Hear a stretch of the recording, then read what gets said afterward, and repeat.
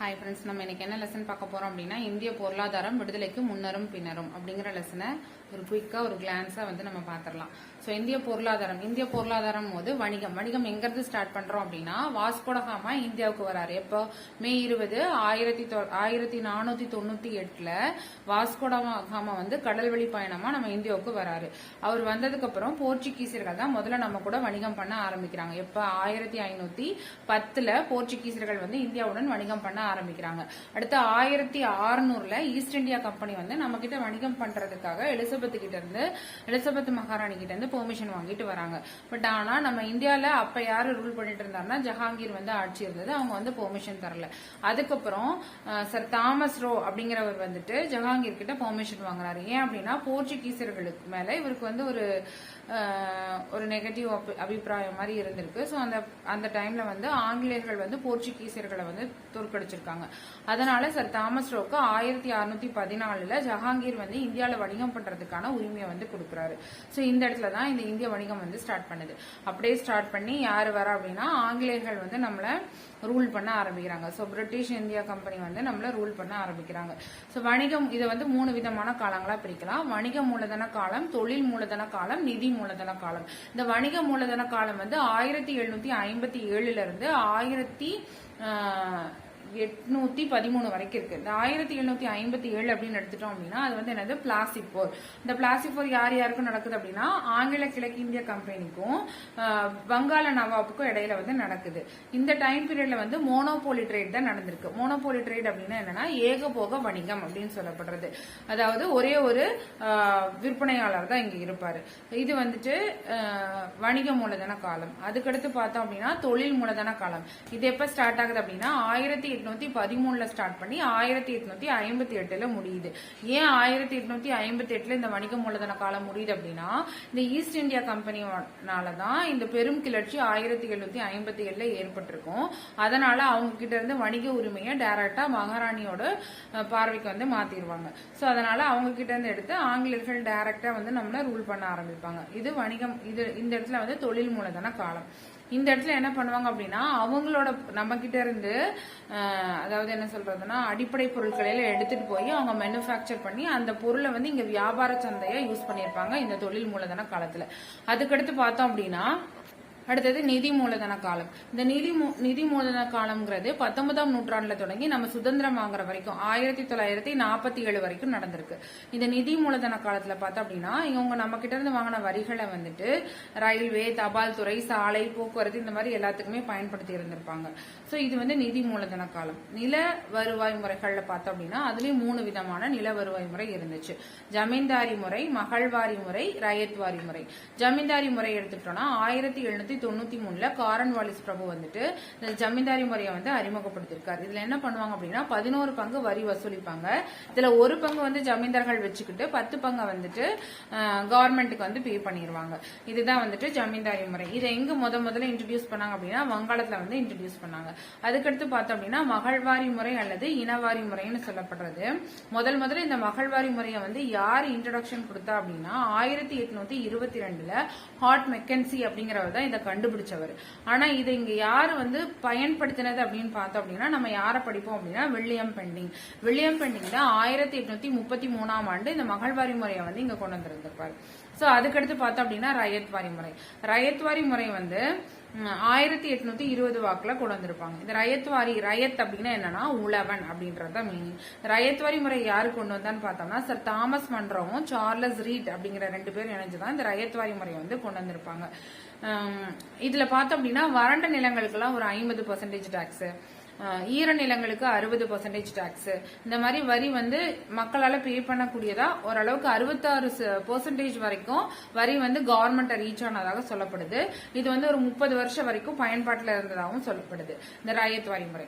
அந்த ரயத்வாரி முறை முதல்ல எங்க இன்ட்ரோடியூஸ் பண்ணாங்க அப்படின்னு பார்த்தோம் அப்படின்னா தமிழ்நாட்டுல சென்னையில தான் இன்ட்ரோடியூஸ் பண்ணிருக்காங்க. அதுக்கப்புறம் தான் இது வந்து மகாராஷ்டிரா, மத்திய பிரதேஷ், குஜராத், அஸ்ஸாம் அப்படின்னு சொல்லிட்டு அப்படியே எக்ஸ்பேண்ட் ஆக ஆரம்பிச்சிருக்கு. சோ இந்த 8th லெசன் இந்திய பொருளாதாரம் விடுதலைக்கு முன்னரும் பின்னரும் அப்படிங்கிற லெசன் எடுத்துட்டோம் அப்படின்னா ஃபர்ஸ்ட் எடுத்தது ஒரு கோட் இருக்கும். யாரு சொல்லியிருப்பாருன்னா டெய்லர் கோவன் சொல்லியிருப்பாரு. அதாவது விடுதலை எந்த விலைக்கும் ஈடாகாது, விடுதலை என்பது வாழ்வின் மூச்சு, வாழ்வதற்காக மனிதன் எதை கொடுக்க மாட்டான் அப்படின்ற ஒரு கோட்டை வந்து டெய்லர் கோவன் வந்து குறிப்பிட்டிருப்பாரு.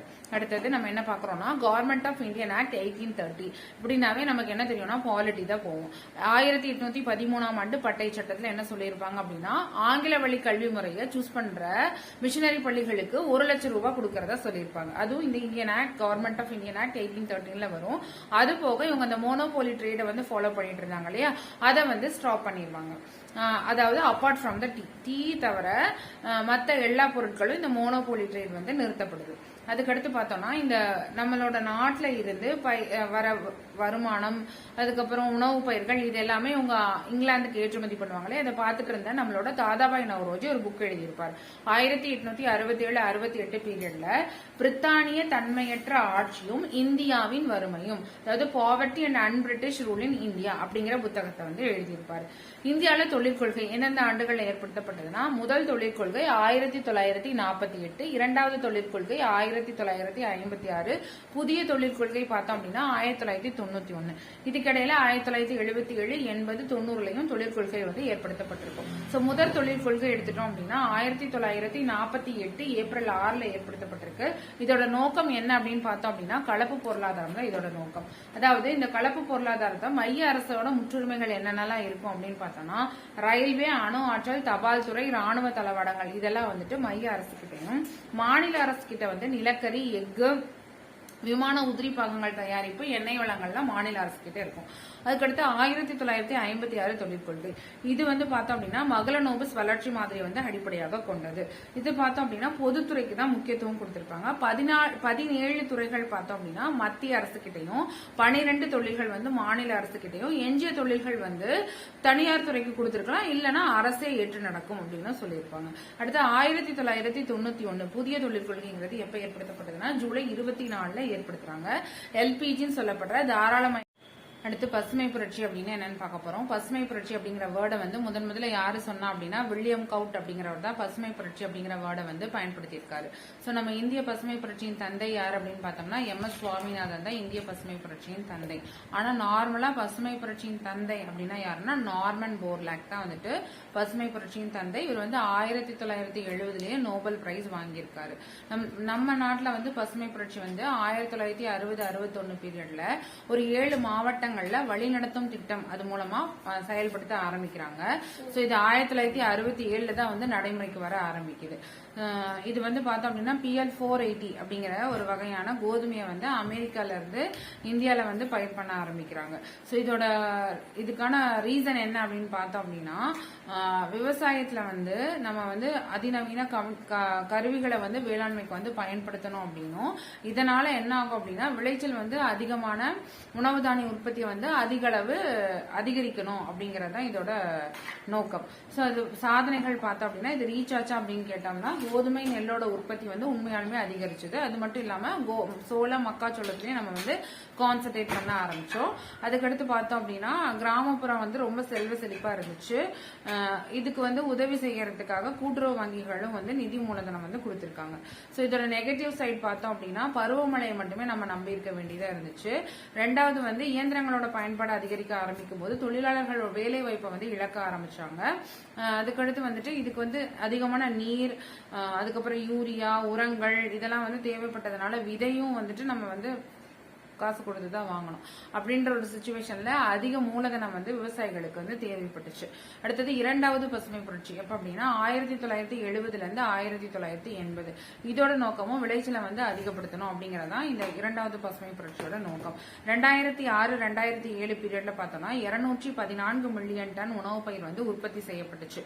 அதே 2020 டார்கெட்டா வந்து 400 மில்லியன் டன் உணவு பயிர்கள் உற்பத்தி வந்து பண்ணணும் அப்படின்னு சொல்லிட்டு டார்கெட் செட் பண்றாங்க.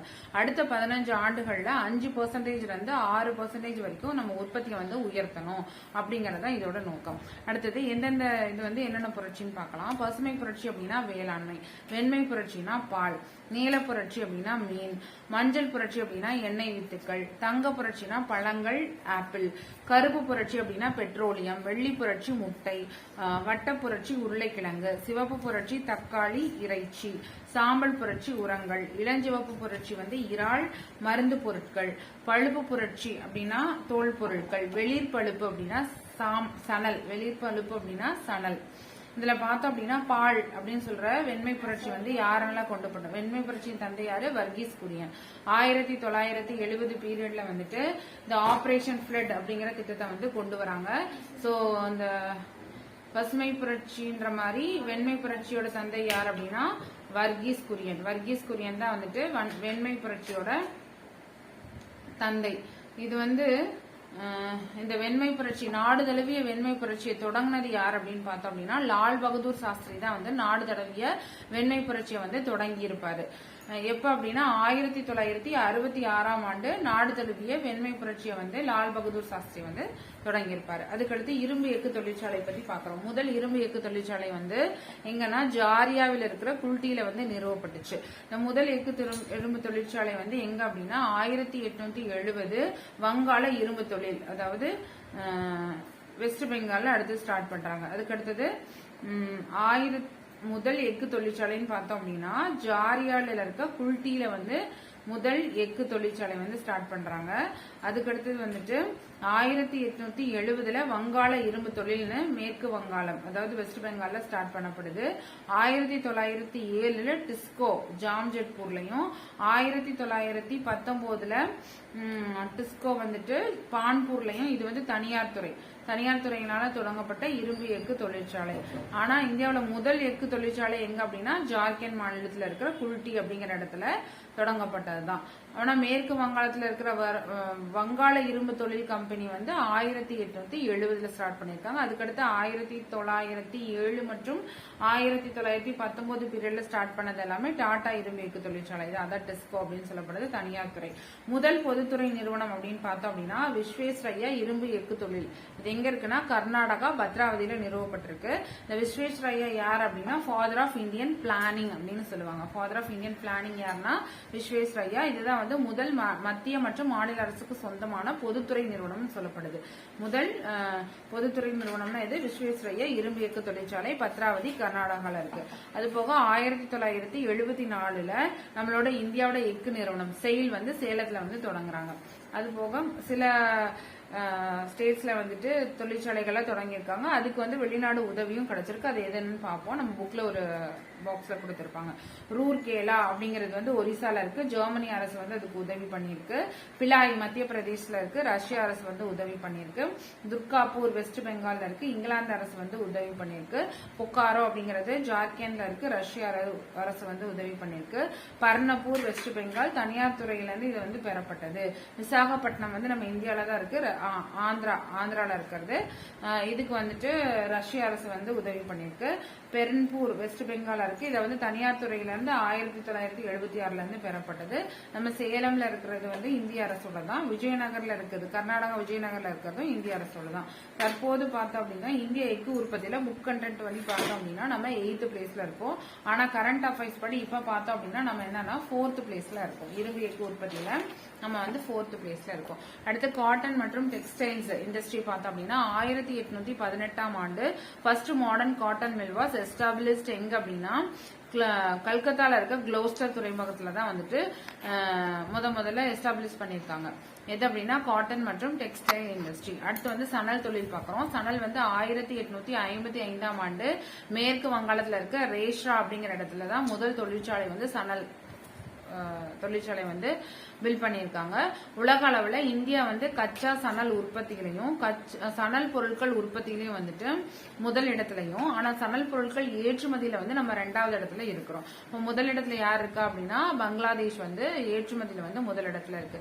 காகித தொழில் பார்த்தோம் அப்படின்னா 1812 வங்காளத்துல இருக்க செராம்பூர்ல தான் இயந்திர காகித ஆலை வந்து அமைக்கிறாங்க. நம்ம உலக அளவுல காகித தொழிற்சாலைகள்ல வந்து இந்தியா வந்து 15வது இடத்துல இருக்கு. இயற்கையான பட்டு தயாரிப்புல நம்ம இந்தியா செகண்ட் பிளேஸ்ல இருக்கு. நம்ம வந்து ஒரு 16% வந்து பங்களிப்புடன் செகண்ட் பிளேஸ்ல இருக்கோம். ஒரு 5 வகையான பட்டு வந்து தயாரிக்கிறோம். அது என்னன்னா மல்பரி பட்டு, வெப்பமண்டல டஸ்டர் பட்டு, லூப் டஸ்டர், பட்டு எரி, முகா பட்டுன்னு சொல்லிட்டு ஒரு 5 வகையான பட்டு வந்து நம்ம தயாரிக்கிறோம்.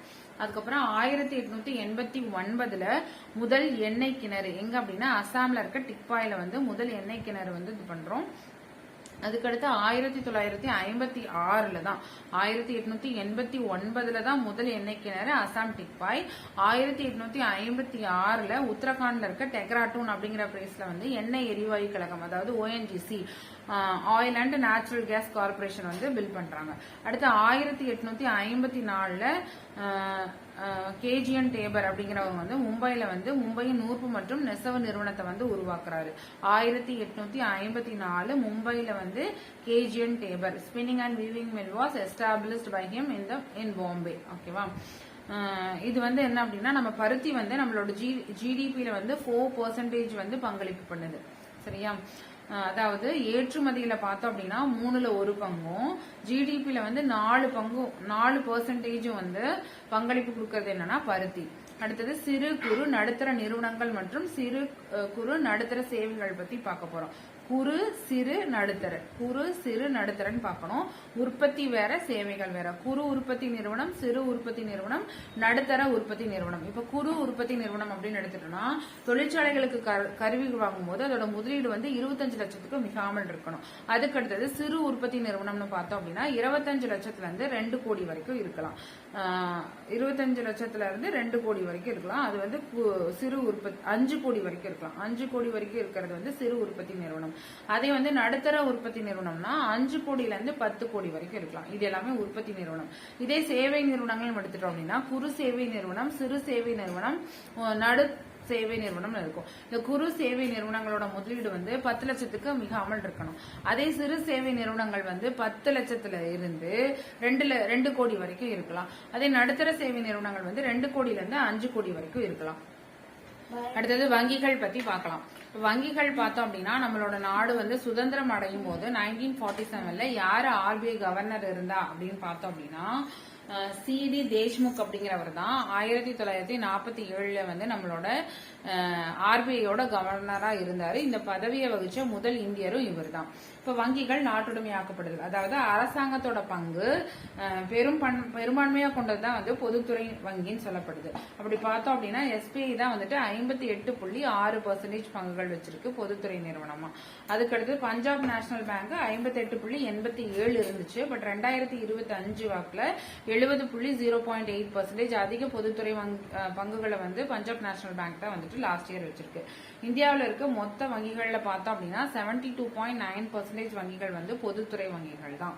அதாவது நம்மளோட 19 ஜூலை 1969ல 50 லட்சத்துக்கு மேல வைப்பு தொகையா வச்சிருந்த ஒரு 14 பேங்கை வந்து நாட்டுடைமையாக்கிருக்காங்க. அந்த பேங்கோட பேர்ல வந்து புக்ல ஆர்டரா கொடுத்திருந்திருப்பாங்க. ஒரு கிளான்ஸ் பார்த்துக்கலாம். 14 வங்கிகளை வந்து நாட்டுடைமையாக்கிருப்பாங்க. 50 லட்சம் வைப்பு தொகையா வச்சிருக்கணும். 19 ஜூலை 1969ல. அதுக்கடுத்தது 15 ஏப்ரல் 1980ல ஒரு 6 பேங்க்ஸ் வந்துட்டு 200 கோடியை வந்து வைப்பு தொகையா வச்சிருக்க ஒரு 6 வங்கிகளை வந்துட்டு நாட்டுடைமையாக்கி இருப்பாங்க. சோ அதுக்கப்புறம் பேமெண்ட் பேங்க் மெத்தட்ல first Airtel payment bank method தான் வந்துட்டு வந்திருக்கு. 2024 கணக்கெடுப்பின்படி பார்த்தோம் அப்படின்னா 12 பப்ளிக் செக்டர் பேங்க்ஸும் 21 பிரைவேட் செக்டர் பேங்க்ஸும் வந்துட்டு இருந்திருக்கு. இப்ப நம்மளோட RBI கவர்னர் யார் அப்படின்னா சஞ்சய் மல்ஹோத்ரா தான் வந்து நம்மளோட 26வது RBI கவர்னர். ஓகேவா. அடுத்தது HDI பத்தி பார்க்கலாம். மனித மேம்பாட்டு குறியீடு, ஹியூமன் டெவலப்மெண்ட் இண்டெக்ஸ். இதுல பார்த்தோம் அப்படின்னா 2 இருக்கு. HDIன்னு ஒன்னு இருக்கு, PQLIன்னு இருக்கு. இந்த HDIல வந்து வருமானத்தை சேர்த்துவாங்க, PQLIல இருந்து வருமானம் நீக்கப்படும். இது 2 தான் அதுக்கு மெயினான டிஃபரன்ஸ். 1990ல ஐக்கிய நாடுகள் முன்னேற்ற கூட்டமைப்பு ஒவ்வொரு ஆண்டு வந்து இந்த HDI வந்து கால்குலேட் பண்றாங்க. மஹபூப் உல் ஹக் அப்படிங்கிற பாகிஸ்தான் நாட்டை சேர்ந்த அறிஞரும் அமர்த்தியா குமார் சென் அப்படிங்கிற நம்ம இந்தியாவை சேர்ந்த அறிஞர் தான் இந்த HDI அப்படிங்கறத வந்து ஃபைன் பண்ணாங்க 1990. இந்த இருவரும் இணைந்து உருவாக்குறாங்க. இதுல பார்த்தோம் அப்படின்னா வாழ்நாள் குறியீடு, கல்வி குறியீடு, வாழ்க்கை தரம், வாங்கும் சக்தியின் அடிப்படையில தனிநபரோட வருமானம் இதெல்லாம் வந்து கணக்கிடப்படுது. சோ ஒரு வருஷமும் இந்த HDI வந்து கால்குலேட் பண்ணிட்டே வராங்க. இதோட மதிப்பு பார்த்தோம் அப்படின்னா 0ல இருந்து 1 வரைக்கும் இருக்கும். சோ UNDP அப்படிங்கிறவங்க தான் இதை வந்து இது பண்றாங்க. United national development council. India பார்த்தோம் அப்படின்னா 2023-2024 134வது பிளேஸ்ல இருந்திருக்கு. 2025ல 130வது பிளேஸ்ல வந்து இருந்திருக்கு. பிஸ்வஜித் குஹா அப்படிங்கிறவர் வந்து இதை 4 வகையா பிரிச்சிருக்காரு இந்த HDI 1, HDI 2, HDI 3, HDI 4 அப்படின்னு சொல்லிட்டு 4 வகையா பிஸ்வஜித் குஹா வந்து பிரிச்சிருக்காரு. அடுத்து வாழ்க்கை தர குறியீடுன்னு சொல்லப்படுற இந்த physical quality of life index PQLA பார்த்தோம் அப்படின்னா யார் ஃபைன் பண்ண அப்படின்னா மோரிஸ் அப்படிங்கிறவர் இதை ஃபைன் பண்ணிருக்காரு. இதுல பார்த்தோம் அப்படின்னா எதிர்பார்ப்பு ஆயுட்காலம், குழந்தை இறப்பு விகிதம், அதுக்கப்புறம் எழுத்தறிவு விகிதம் இது எல்லாமே சேர்க்கப்படுது. இதுல வந்துட்டு வருமானம் மட்டும் கிடையாது. ஆனா HDIல வருமானம் இருக்கு. இதோட மதிப்பு பார்த்தோம்னா 1ல இருந்து 100 வரைக்கும் கால்குலேட் பண்றாங்க. ரொம்ப மோசமா இருந்துச்சுன்னா 1னும், நல்லா இருக்கிறத வந்து 100னும் டினோட் பண்றாங்க. அப்படி பார்த்தோம் அப்படின்னா இதுல வந்து உடல் சார்ந்த மேம்பாடுகள் மட்டும் தான் இருக்கும். சரியா? அப்படி பார்க்கும்போது இந்த PQLA படி 77 அப்படிங்கிறது அதிகபட்சமான மதிப்பு, அதாவது வயது வரைக்கும் இது வந்து டினோட் பண்ணுது. ரொம்ப மோசமான வயதுங்கிறது 28. இதை வந்து 2 கண்ட்ரியும் வந்து ரீச் பண்ணிருக்காங்க. அது என்னென்ன கண்ட்ரின்னு நம்ம பார்க்கலாம். 77 அப்படிங்கறத வந்துட்டு அதாவது வாழ்க்கை தர குறியீட்டு எண்ல 100 அப்படின்னு வச்சிருக்கும் போது அந்த மேல் எல்லையா பார்த்தோம்னா 77 தான் வந்து அதிக வருட ஆயுட்காலமா வழங்கப்படுது. இத பார்த்தோம் அப்படின்னா ஸ்வீடன் நாடு வந்து இந்த 100 அப்படிங்கிற குறியீட்டை வந்து 1973லயே வந்து ரீச் பண்ணிட்டாங்க. ரொம்ப கம்மியான குறியீடு 1 அப்படிங்கிறது 28 வயசை வந்து டினோட் பண்ணுது. இதை வந்து 1960லயே கயானா பிசவு அப்படிங்கிற நாடு வந்து அடைஞ்சிருச்சு அப்படின்னு சொல்றாங்க. இந்த PQLAக்கும் HDIக்கும் என்ன டிஃபரன்ஸ் அப்படின்னா வருமானம் மட்டும்தான் டிஃபரன்ஸ். அடுத்தது சுகர் இண்டஸ்ட்ரி பத்தி பார்க்கலாம். சுகர் பவுல் ஆஃப் கண்ட்ரி அப்படின்னு கியூபாவை சொல்றோம். சுகர் பவுல் ஆஃப் ஸ்டேட் யார் அப்படின்னா உத்தரப்பிரதேஷ். அதாவது ஃபர்ஸ்ட் இந்தியா லெவல்ல வந்து ஃபர்ஸ்ட் வந்து பிரேசில், அதாவது உலக லெவல்ல வந்து அதிக சர்க்கரை உற்பத்தி யாருன்னா பிரேசில் தான். 2வது தான் வந்துட்டு நம்மளோட இந்தியா வந்து செகண்ட் பிளேஸ்ல இருக்கு.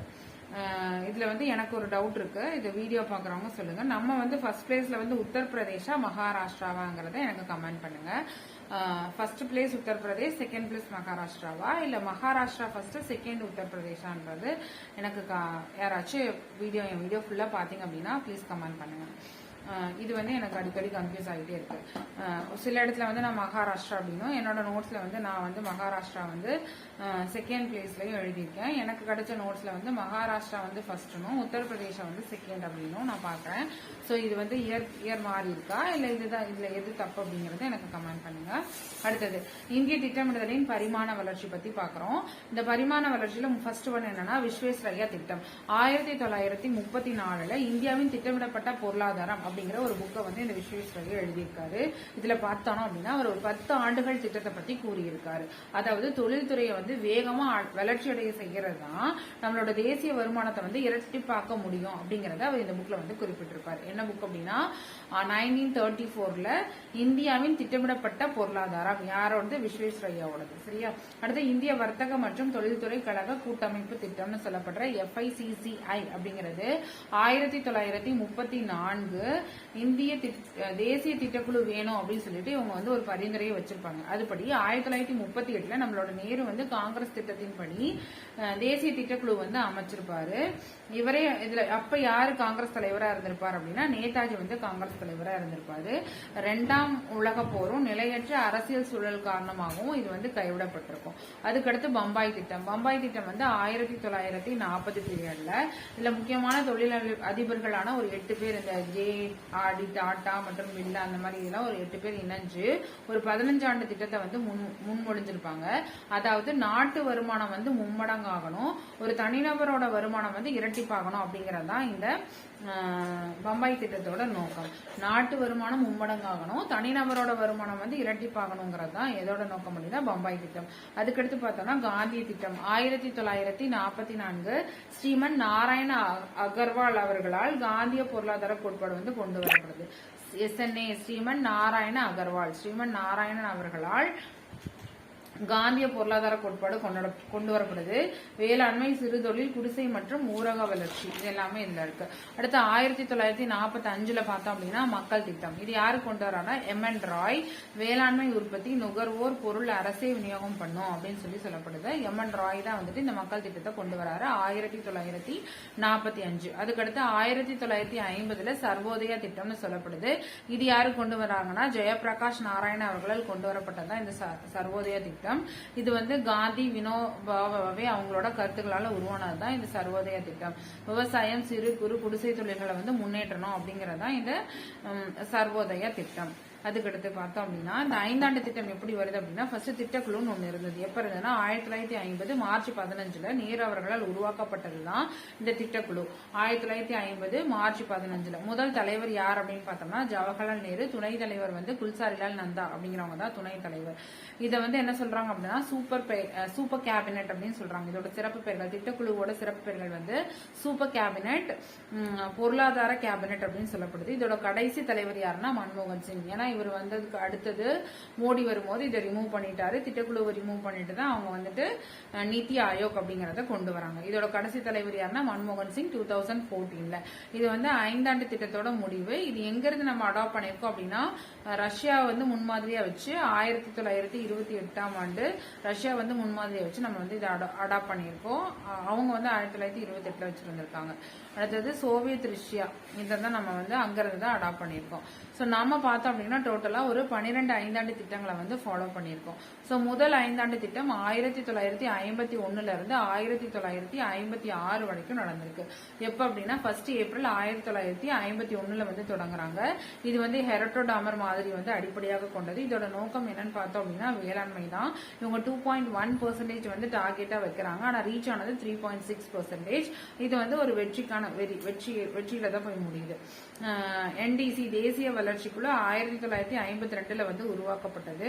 திட்டக்குழு திட்டத்தை வந்து NDC இடம் வந்து சமர்ப்பிச்சு அதுக்கப்புறம் வந்து இதை வந்து பிரைம் மினிஸ்டர் வந்து அக்செப்ட் பண்ணிக்கணும். இதுதான் இதோட ஃபார்மேட்.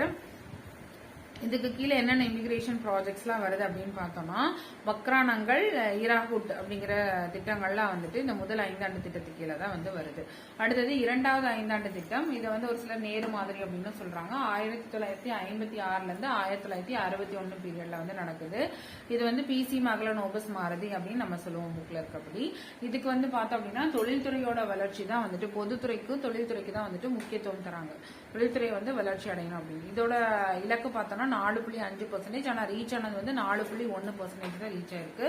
இதுல பார்த்தோம் அப்படின்னா வேலை வாய்ப்பை உருவாக்கணும் அப்படிங்கறத இதோட நோக்கம். இந்த பீரியட்ல தான் இந்த 2வது 5ஆண்டு திட்டம் பீரியட்ல தான் பஞ்சாயத்து ராஜ் முறை வந்து கொண்டு வராங்க. 1959 பஞ்சாயத்து ராஜ் முறை ராஜஸ்தான்ல முதல் முறையாக ஏற்றுக்கொள்ளப்பட்டது. அடுத்த 3வது 5ஆண்டு திட்டம் 1961 இருந்து 1966 பீரியட்ல இதை வந்து காட்கில் திட்டம் அப்படின்னு சொல்றாங்க. இதோட நோக்கம் என்ன அப்படின்னு பார்த்தோம்னா சுதந்திரமான பொருளாதாரம், உணவு தானிய உற்பத்தியில வந்து தன்னிறைவு, சொந்த முன்னேற்றம் வந்து நிலை அடையணும் அப்படிங்கறதா இதோட நோக்கம். இதை காட்கில் திட்டம்னு சொல்லுவாங்க. இதோட டார்கெட் வந்து 5.6. பட் நம்ம ரீச் ஆனது 2.4 சம்திங் தான். ஏன் அப்படின்னா இந்த சமயத்துல வந்து நமக்கு சீனா போர் ஏற்பட்டிருக்கும். 1962 சீனா போர், அப்புறம் பாகிஸ்தானுக்கும் இந்தியாவுக்கு இடையில 1965 போர் அடிச்சிருக்கும். அதனால இந்த 3ஆம் 5ஆண்டு திட்டம் வந்து ஃபெயிலியர் ஆயிருக்கும். அதுக்கப்புறம் இந்த ஃபெயிலியர் ஆனதுக்கு அப்புறம் என்ன பண்ணுவாங்கன்னா திட்ட விடுமுறை காலம் கொடுப்பாங்க. 1966 இருந்து 69 வரைக்கும் திட்ட விடுமுறை காலம். ஏன் அப்படின்னா இந்த 3வது 5ஆண்டு திட்டம் ஃபெயிலியர் ஆனது ஒரு ரீசன். அதுக்கப்புறம் இந்தியா பாகிஸ்தானுக்கு இருக்கிற போர், இதன் காரணமாக இந்த 1966-69 பீரியட வந்து இதை வந்து திட்ட விடுமுறை காலமா விட்டுருவாங்க. இந்த பீரியட்ல தான் என்ன வருது அப்படின்னா பசுமை புரட்சி வந்து இன்ட்ரடியூஸ் ஆகுது. அதுக்கடுத்து 4வது 5ஆண்டு திட்டம் 1969 இருந்து 1974 வரைக்கும். இதோட நோக்கம் என்ன அப்படின்னா நிலையான வளர்ச்சி மற்றும் தற்சார்பு நிலை அப்படிங்கறதான். இதோட இலக்கு பார்த்தோம் அப்படின்னா 5.7. ஆனா இது ரீச் ஆனது வந்து 3.3 தான் ரீச் ஆயிருக்கும். ரொம்ப ஃபெயிலான திட்டம் தான் இந்த 4வது 5ஆண்டு திட்டம் வந்து ஃபெயில் ஆயிருச்சு. 1969 இந்த பீரியட்ல தான் வந்து 14 வங்கிகள் வந்து தேசியமயமாக்கப்பட்டிருக்கும். 1971 மன்னர் மானிய ஒழிப்பு வந்து கொண்டு வந்திருப்பாங்க. அதே மாதிரி 72 வந்து இந்தியாவுக்கும் பாகிஸ்தானுக்கும் இடையில வந்து போர் நடந்திருக்கும். இது ஒரு சில டைம் வந்து CLP மாதிரி அப்படின்னு சொல்றாங்க. CLP மாதிரி அப்படின்னு 4வது ஐந்தாண்டு திட்டத்தை வந்து சொல்றாங்க. அடுத்தது 5வது ஐந்தாண்டு திட்டம். இது 1974 ஸ்டார்ட் பண்ணி 79 வரைக்கும் இருக்கு. இதை வந்து DP தார் தான் வந்துட்டு முன்வரைவு கொண்டு வராரு. அரபிக்கட்டாவோ அப்படின்னு சொல்றாங்க, அதாவது வறுமை ஒழிப்பு. அரபிக்கட்டாவோ அப்படின்னா வறுமை ஒழிப்பு. இதை முன்வரைவு கொண்டு வந்தது DP தார். வேளாண்மை, சுரங்க தொழில், வறுமை ஒழிப்பு, சுயசார்பு. இதுல வந்து பார்த்தோம் அப்படின்னா இலக்கு வந்து 4.4 வைக்கிறாங்க, ஆனா ரீச் ஆனது 4.8. அப்ப ஐந்தாண்டு திட்டம் வந்து சக்சஸ் தான். ஆனா இந்த பீரியட்ல என்ன ஆகுது அப்படின்னா 1979 வரைக்கும் 5 வருஷம் இல்லாம ஒரு வருஷத்துக்கு முன்னாடியே இந்த திட்டம் வந்து கைவிடப்படுது. ஏன் அப்படின்னா அந்த பீரியட்ல பார்த்தோம் அப்படின்னா ஜனதா அரசு இருந்திருக்கும். அவங்க வந்து கலைஞ்சதுனால மொரார்ஜி தேசாய் வந்து இங்க பிரைம் மினிஸ்டரா வந்து இருப்பாரு. சோ அதனால காங்கிரஸ் வந்து இந்த டைம்ல வந்து ஃபெயில் ஆயிருக்கும். சோ அதனால வந்து 1978லயே வந்துட்டு இந்த ஐந்தாண்டு திட்டம் வந்து கலைக்கப்பட்டிருக்கும். அதுக்கப்புறம் சுழல் திட்டம் கொண்டு வந்திருப்பாங்க. 1978ல இருந்து 80 வரைக்கும் சுழல் திட்டம். அதாவது ஜப்பான் நாட்டை முன்மாதிரியா வச்சு இந்த ஜனதா கட்சி வந்து இந்த சுழல் திட்டத்தை வந்து 1978ல இருந்து 83 வரைக்கும் பிளான் பண்ணிருப்பாங்க. ஆனா 78, 79ல முதல் சுழல் திட்டத்தை வந்து தொடங்கியிருப்பாங்க. அதுக்கப்புறம் என்ன பண்ணிருப்பாங்க அப்படின்னா ஐந்தாண்டு திட்டத்தை ஐந்தாண்டு திட்டமே வந்து கண்டினியூ ஆக ஆரம்பிச்சிருக்கும். அதாவது 80ல இருந்து 6வது ஐந்தாண்டு திட்டம், அதாவது 1980ல இருந்து 85 வரைக்கும். இதுல வந்து கரெக்டா ஹராபி கட்டாவோ அப்படிங்கிறது வறுமை ஒழிப்பு தான். இது வந்து 5வது ஐந்தாண்டு திட்டமா இல்ல 6வது ஐந்தாண்டு திட்டமா அப்படிங்கறத எனக்கு கமெண்ட் பண்ணுங்க. அடுத்தது இது வந்து தொழில்துறை சற்சார்பு. 1982ல நபார்ட் பேங்க், இந்த 6வது ஐந்தாண்டு திட்டம் பீரியட்ல தான் வந்துட்டு நபார்ட் பேங்க் வந்து ஏற்படுத்துறாங்க. இது வந்து பார்த்தோம் அப்படின்னா முதலீடு திட்டத்தை அடிப்படையாக கொண்டது. இதோட டார்கெட் வந்து 5.2, ஆனா ரீச் ஆனது 5.7. ஸோ 6வது ஐந்தாண்டு திட்டமும் சக்சஸ் தான். அடுத்து 7வது ஐந்தாண்டு திட்டம். இது வந்து 1985ல இருந்து 90 வரைக்கும். இதோட நோக்கம் வந்து வேலை வாய்ப்பை உருவாக்குதல், தன்னிறைவு பொருளாதாரம். வேலை வாய்ப்பு உருவாக்கணும், பொருளாதாரத்துல வந்து தன்னிறைவு அடையணும். அதாவது முதன்முறையா பொதுத்துறைக்கு மேலாக தனியார் துறைக்கு முக்கியத்துவம் கொடுத்த ஒரு ஐந்தாண்டு திட்டம் அப்படின்னு பார்த்தோம் அப்படின்னா அது 7வது ஐந்தாண்டு திட்டம் தான். முதன்முறையா பொதுத்துறைக்கு மேலாக தனியார் துறைக்கு முக்கியத்துவம் கொடுத்த ஐந்தாண்டு திட்டம் அப்படின்னு எதை பார்த்தோம் அப்படின்னா அது வந்து 7வது ஐந்தாண்டு திட்டம். இது வந்து ஜவஹர் ரோக்கர் யோஜனா அப்படிங்கறது 1989 இந்த பீரியட்ல கொண்டு வந்திருக்காங்க. இதோட டார்கெட் 5 வச்சிருக்காங்க, ஆனா ரீச் ஆனது 6. சோ இது வந்து ஒரு சக்சஸ் தான். அதுக்கடுத்து வந்து ஆண்டு திட்டங்கள் ஏற்படுது. ஏன் அப்படின்னா 1990ல வந்து VP சிங் வந்து பிரைம் மினிஸ்டரா இருக்காரு. பட் 91ல PV நரசிம்ம ராவ் வந்துட்டு பிரைம் மினிஸ்டரா மாறதுனால ஆண்டு திட்டங்கள் 1990 to 91, 91 to 92ல வந்து ஆண்டு திட்டங்கள் ஓராண்டு திட்டங்களை வந்து கொண்டு வராங்க. அப்ப நிதி அமைச்சரா இருந்தது யாருன்னு பார்த்தோம் அப்படின்னா மன்மோகன் சிங் தான் நிதி அமைச்சரா இருந்திருக்காரு. மைய அரசோட நிலையற்ற சூழல் காரணமாக இந்த 8வது ஐந்தாண்டு திட்டம் வந்து இங்க இல்ல அப்படின்னு சொல்லிட்டு இவங்க என்ன பண்ணிருப்பாங்க அப்படின்னா ஆண்டு திட்டங்களா வந்து இதை கொண்டு வந்திருப்பாங்க. அதுக்கடுத்ததான் என்ன ஆயிருக்கும் அப்படின்னா இந்த நரசிம்மராவ் பீரியட்ல 24 ஜூலை 1991 புதிய தொழில் கொள்கையை வந்து கொண்டு வந்திருப்பாங்க. அதுக்கடுத்தது 8வது ஐந்தாவது திட்டம் வந்து இன்ட்ரோடியூஸ் பண்ணப்படுது 1992ல இருந்து 97 வரைக்கும். இதோட நோக்கம் பார்த்தோம் அப்படின்னா வேலை வாய்ப்பு, கல்வி, சமூக நலம், மனிதவள மேம்பாடு.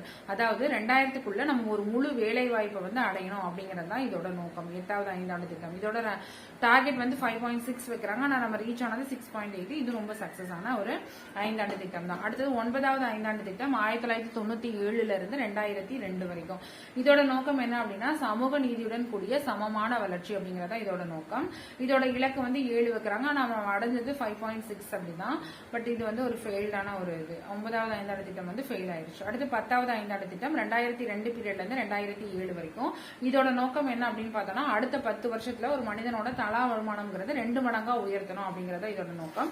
அதாவது 2012ல நம்ம வந்து வறுமை விகிதம் வந்து 15 குறைக்கணும் அப்படிங்கிற ஒரு டார்கெட்டை வச்சிருப்பாங்க.